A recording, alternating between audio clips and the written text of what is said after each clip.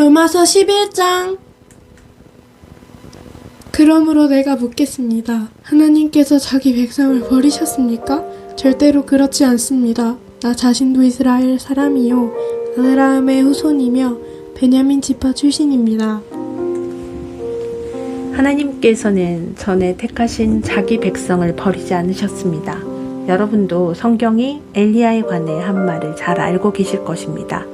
엘리야는 이스라엘을 고소하며 하나님께 이렇게 호소하지 않았습니까? 주님, 그들이 주님의 예언자들을 죽이고 주님의 제단들을 헐어버렸습니다. 이제 저 혼자 남아있는데 그들은 저마다 죽이려 하고 있습니다. 그런데 하나님께서 엘리야에게 무엇이라고 대답하셨습니까?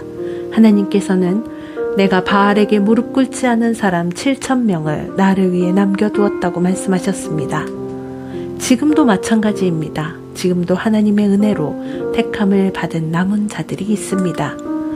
은혜로 하신 것이라면 그것은 행위에 의한 것이 아닙니다.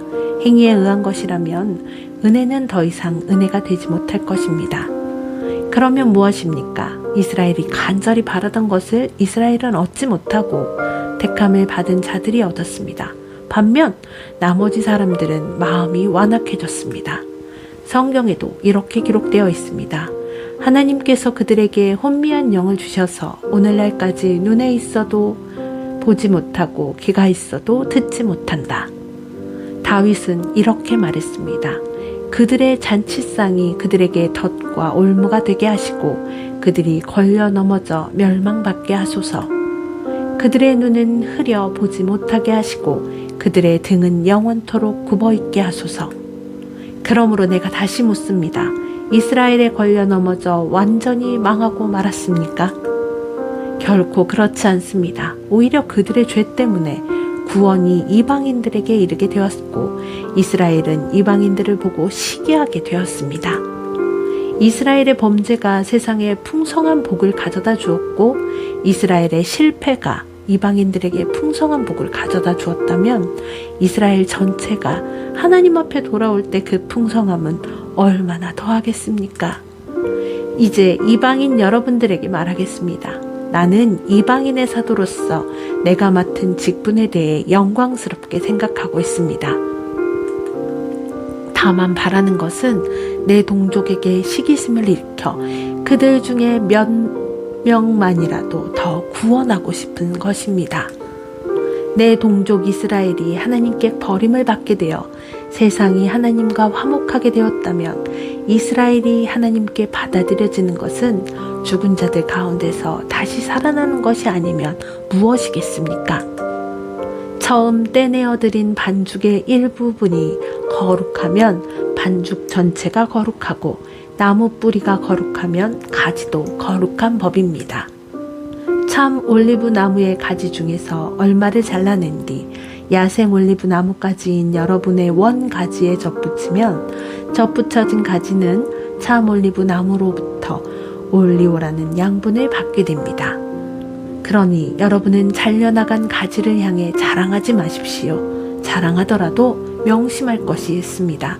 여러분이 뿌리를 지탱하는 것이 아니라 뿌리가 여러분을 지탱한 자는 사실입니다.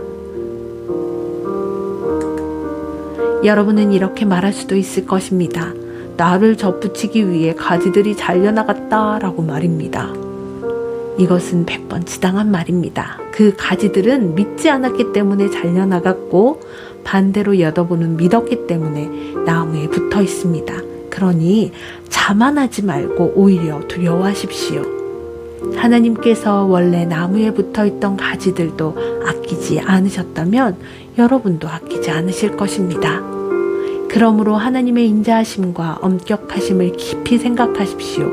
넘어진 사람들에게는 하나님의 엄격하심을, 여러분에게는 하나님의 인자하심을 보이셨습니다.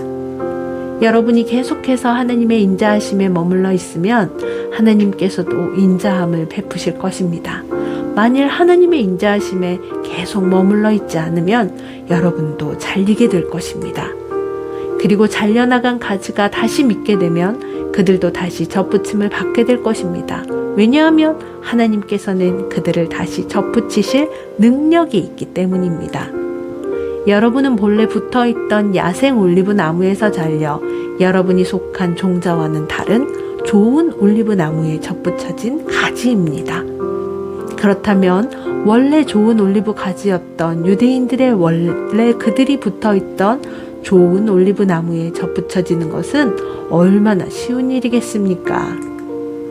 형제 여러분, 나는 여러분이 스스로 똑똑하다고 생각하는 일이 없도록 하기 위해 이 비밀에 대해 알기를 원합니다.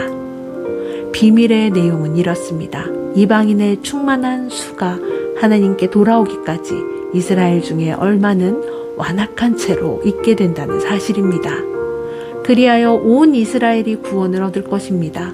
성경에 이렇게 기록되어 있습니다. 구원자가 시온에서 나와 야곱의 자손에게서 경건하지 못한 것을 제거할 것이다. 이것은 내가 그들의 죄를 없앨 때에 그들과 맺은 내 언약이다. 복음의 관점에서 볼 때 이스라엘은 여러분들 때문에 하나님의 원수가 되었습니다.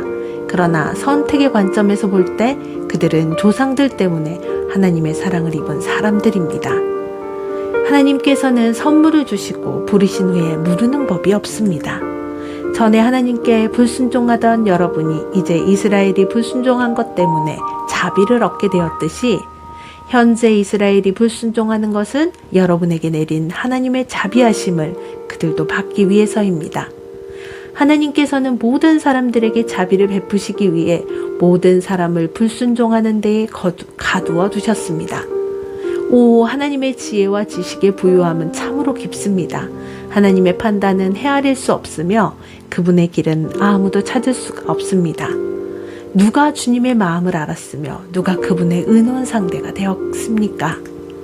누가 먼저 하나님께 무엇을 드려서 하나님의 답례를 받는단 말입니까? 이는 모든 것이 하나님께로부터 나왔고 하나님의 보살핌으로 보존되며 하나님의 영광을 위해 존재하기 때문입니다. 하나님께 영광이 영원토록 있기를 원합니다. 아멘.